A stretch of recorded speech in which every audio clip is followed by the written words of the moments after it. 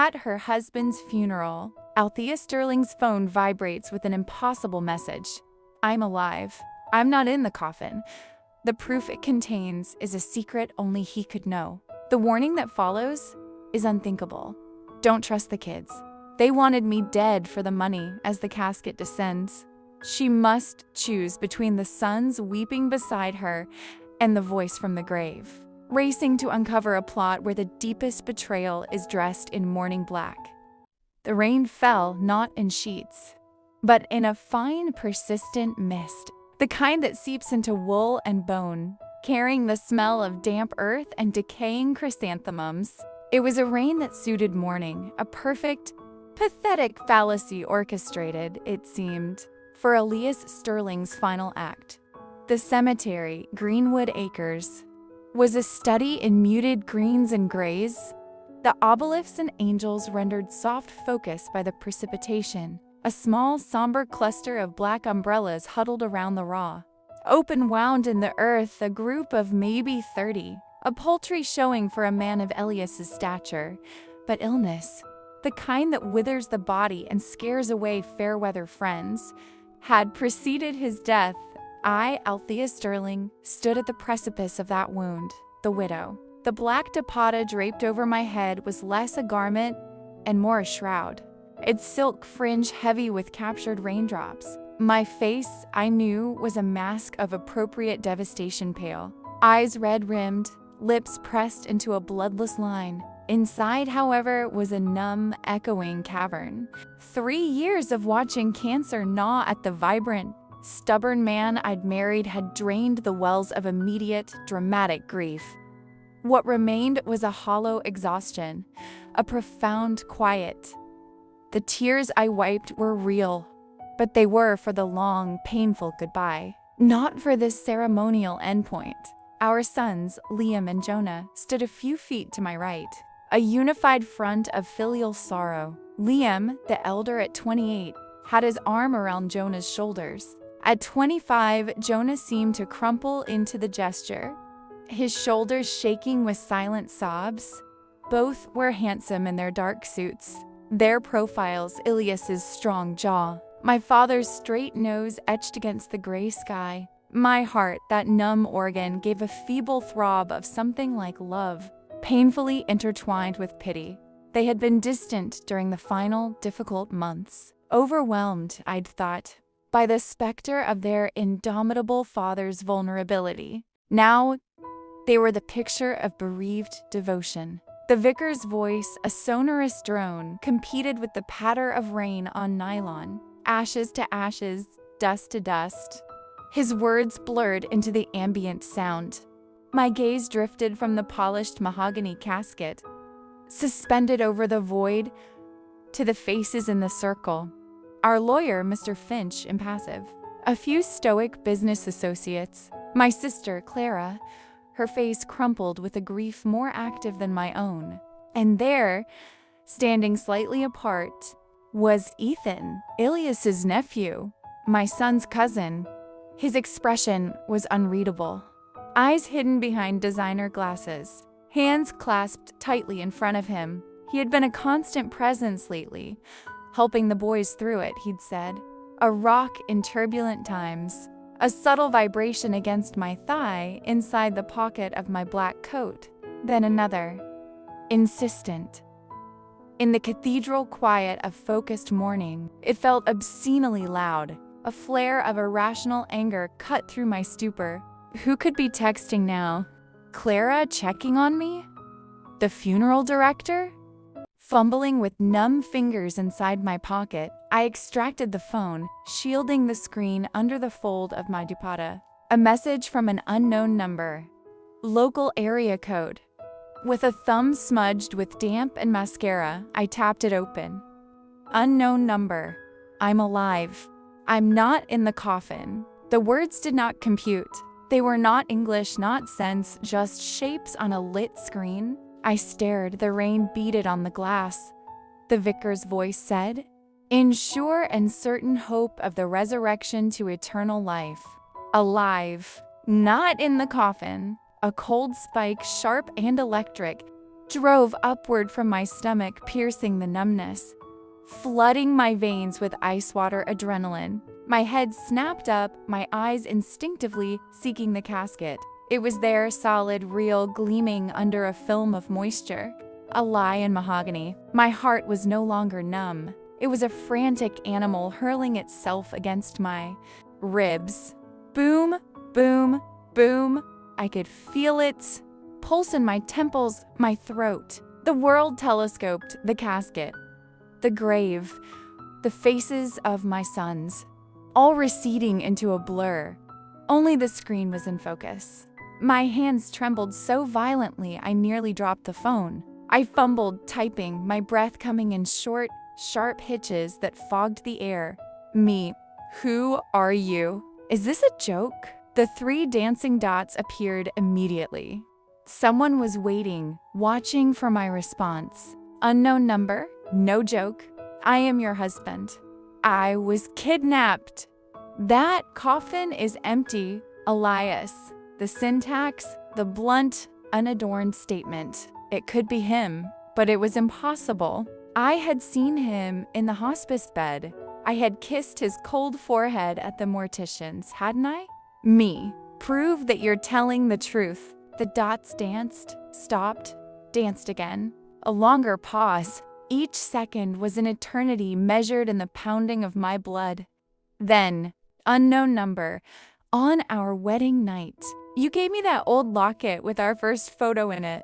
You said it was to keep me close, even when your father's money tried to pull us apart. And don't trust the kids. They're involved. They wanted me dead for the money. Run away from there. The locket. A stupid sentimental thing. A small, tarnished silver heart I'd bought from a flea market with my first paycheck. Our grinning, youthful faces crammed inside. Elias had always pretended to find it silly, but he'd kept it. He'd shown it to no one. Not the kids, not even Clara. The reference to my father's money, our first fierce argument as a couple, a secret scar on our honeymoon. Proof. It was proof. And then the kids. My gaze, slow and dread-heavy, lifted from the screen. I looked at Liam and Jonah. They were no longer the picture of grief. Liam was whispering something to Jonah, his eyes scanning the crowd, landing briefly on Ethan, then flicking away. Jonah had stopped pretending to cry. His face was tense, alert, his eyes darting towards me, then to the casket, then to the vicar. They wore masks, but the masks had slipped, revealing not sorrow, but a terrible, focused anticipation. They were waiting for him to be lowered into the ground, waiting for it to be over. They wanted him dead for the money. The full, horrific weight of it crashed down. The insurance policies. Elias had substantial ones, a legacy from his more reckless days. He'd always joked they were the boys' irresponsibility fund, combined with the life interest in the estate. It was a fortune they'd inherit through me eventually, but why wait? Why share? If I died too soon, if the will was contested. My mind, suddenly terrifyingly clear, spun the threads. The long, withdrawing visits during Ilias's illness. Their newfound, inseparable bond with Ethan, who worked in security, who had connections they'd once whispered about with adolescent awe. Their insistence on a swift, private funeral. He wouldn't want to fuss, Mom. Run away from there. The vicar was concluding. The funeral director stepped forward, giving a subtle nod. The mechanical winch whirred to life, beginning its slow, grim descent of the casket into the earth. I took a step back, then another. The movement felt grotesque, a breach of sacred choreography. Clara looked at me, concerned. I forced a hand to my forehead, a pantomime of dizziness. I mouthed air. Turning, I walked, not ran, away from the graveside. The damp grass muffled my footsteps. I felt every pair of eyes on my back, the concerned, the curious, the murderous. I walked past the rows of headstones, past an angel with a weathered face. until I was behind the thick trunk of a giant cedar hidden from view. My fingers, now steadied by a cold, survivalist fury, dialed 911. Emergency services. What is your... My name is Althea Sterling. I am at Greenwood Acres Cemetery. I have just received a message from my husband who is supposed to be buried right now. He says he has been kidnapped and is alive. He says my sons are involved. The coffin is empty.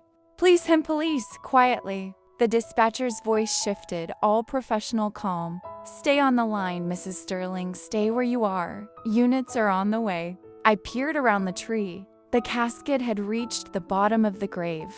The ritual handfuls of dirt were being thrown. Liam and Jonah were doing their duty, their faces now perfectly arranged back into masks of somber resolution. Ethan was watching them, a faint, unreadable smile on his lips. The police arrived with a discretion that was both impressive and terrifying. 2 unmarked cars slid onto the cemetery's service road.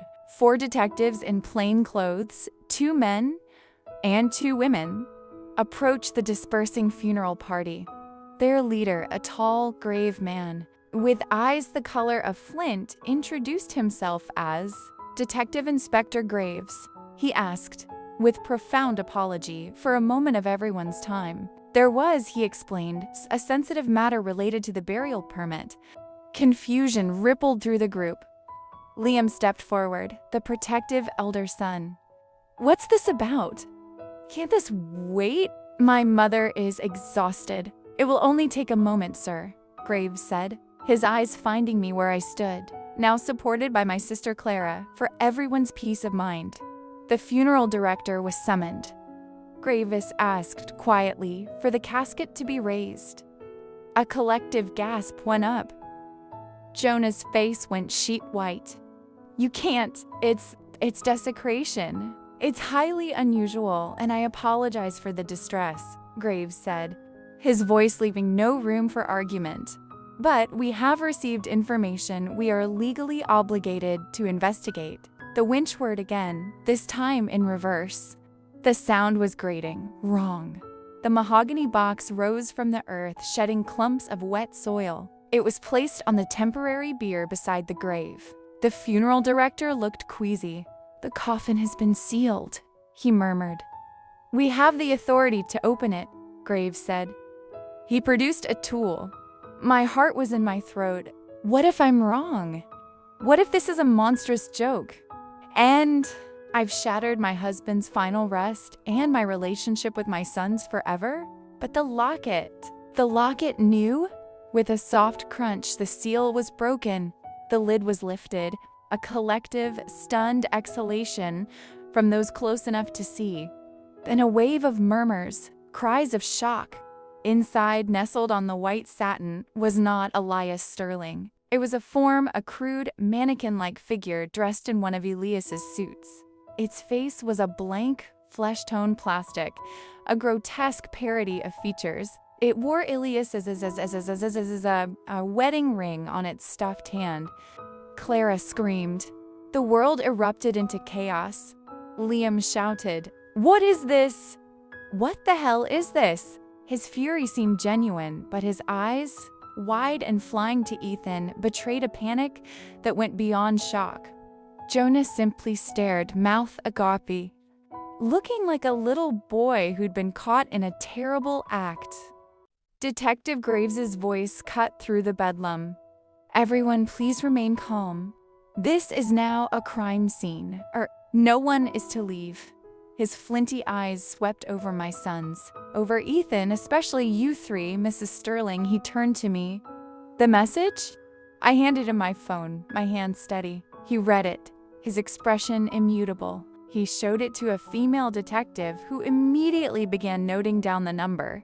The next hours were a blur of surreal horror. The cemetery was cordoned off. The body was treated as evidence. We were all taken to the police station, not as one group, but separated. I was in a soft, quiet interview room with Clara and a kind female detective who gave me tea. I couldn't drink. Through the window, I saw Liam and Jonah being led down a different corridor. Their faces ashen. My phone, now in evidence, buzzed once in a sealed bag. The detectives monitored it. Unknown number. Althea? Are you safe? Did you get out? Dia Graves, now in the room with me, had me respond. Me, I'm with the police. The coffin is open. They know. Where are you? A long pause. Unknown number. Warehouse. Dock 17. Old cannery on the East Wharf. Hurry.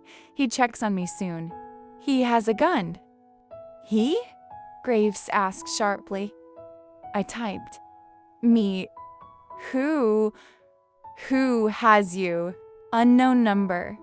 Ethan. It was all Ethan, the boys. They just wanted the money. He did the rest. Graves was already moving, barking orders into his radio. An armed response unit was scrambled. The East Wharf, a labyrinth of derelict Victorian warehouses, was put under covert surveillance. In another interview room, under the relentless pressure of the police, Jonah broke first. The weight of the empty coffin, the cold reality of the plastic face shattered his composure. Through sobs, the story spilled out. A story of weakness, greed, and monstrous manipulation. Elias's illness, he said, had been the opening. The slow drain of medical bills, the fear of their inheritance shrinking, had festered in Liam. Ethan, the cousin they'd always looked up to for his tough, fringe world confidence, had nurtured that fear. What if he lingers for years? Ethan had whispered. What if the money's all gone by the time you get it? What if he changes the will? The plan was not murder, they claimed. It was accelerated inheritance, a kidnapping staged to look like a death. They would use a forged death certificate from a corrupt doctor Ethan knew, claim the body was too ravaged by cancer for viewing. They'd collect the insurance. Once the money was secured, Elias would be released. He was dying anyway, Liam had rationalized. According to Jonah, he'd never know. We'd get him into a private care facility abroad. It was clean. But Althea Sterling, even weak, even dying, was not a man to be taken easily. The kidnapping from the hospice transport had gone violently wrong. Elias had fought. He'd been subdued with a drug overdose, one that left him in a deep, coma-like state.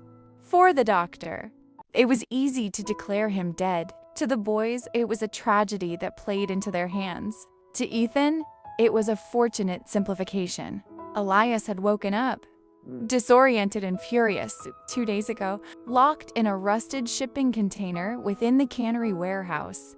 His phone was gone, but his captors, in their arrogance, had left him with a cheap burner phone they used to coordinate amongst themselves, a Wheela phone he'd found hidden under a pallet after a frantic search when he was alone. He'd memorized my number from a letter I'd sent to the hospice.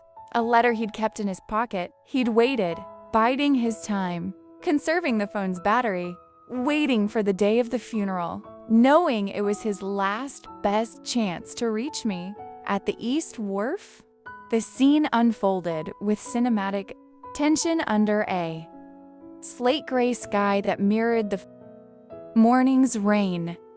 D. Graves coordinated from an unmarked van. Armed officers in tactical gear flitted, like shadows between the hulking skeletons of the old cannery buildings.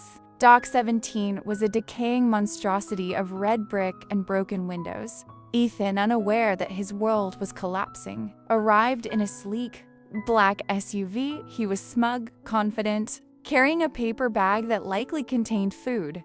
The funeral was over. The widow was distraught.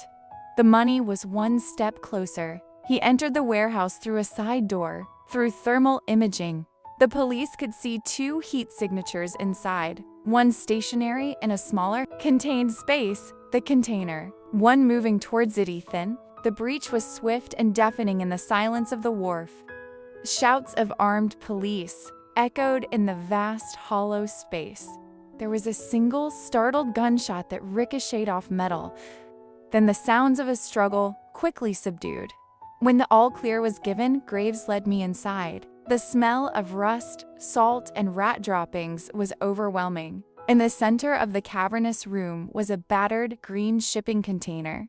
Its doors were now swung open, and there, on a dirty mattress, wrapped in a thin blanket, sat my husband. He was a ghost of himself, gaunt to the point of emaciation. His skin stretched tight over his skull, his eyes cavernous. He was dressed in the simple pajamas he'd been wearing when taken from the medical transport. But his eyes, those fierce, intelligent blue eyes, burned with a familiar, unquenched fire. They found me, and the defiance in them melted into a profound, weary relief. "Althea!" he croaked, his voice a rasp of disuse.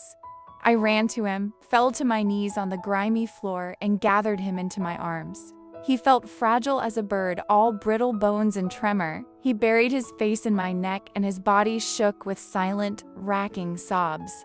I held him, my own tears finally falling in hot. Unchecked streams, tears of horror, of fury, and of a staggering, dizzying joy. "The locket?" he whispered against my skin.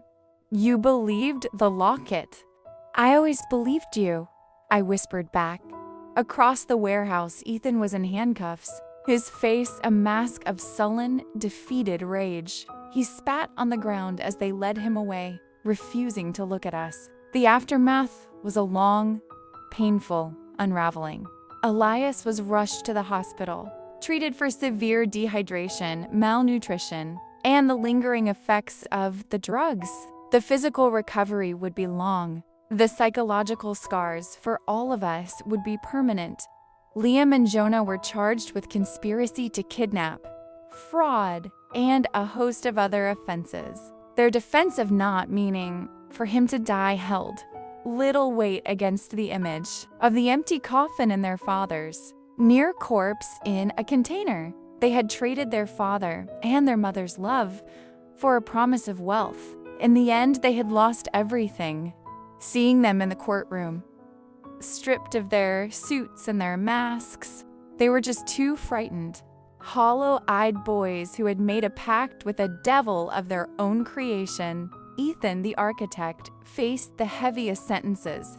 The investigation revealed the corrupt doctor, the forged documents, the violent history behind the clean kidnapping.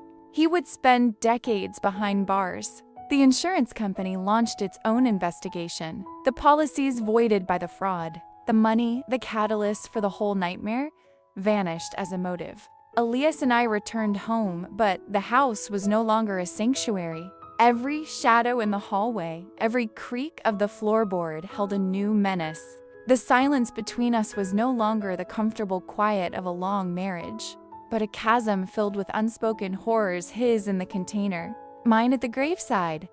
We slept with the lights on for months. One evening, sitting in the garden as summer turned to autumn, he reached for my hand. His grip was stronger now. "They were my sons," he said, his voice still rough but clear. "I taught Liam to ride a bike. I held Jonah when he had croup. How does that become that?" I had no answer. I squeezed his hand. "The grief," I said slowly. "It wasn't just for you being gone. It was for them too. I grieved for them at that graveside long before I knew the coffin was empty. The boys I thought I had, they were already dead."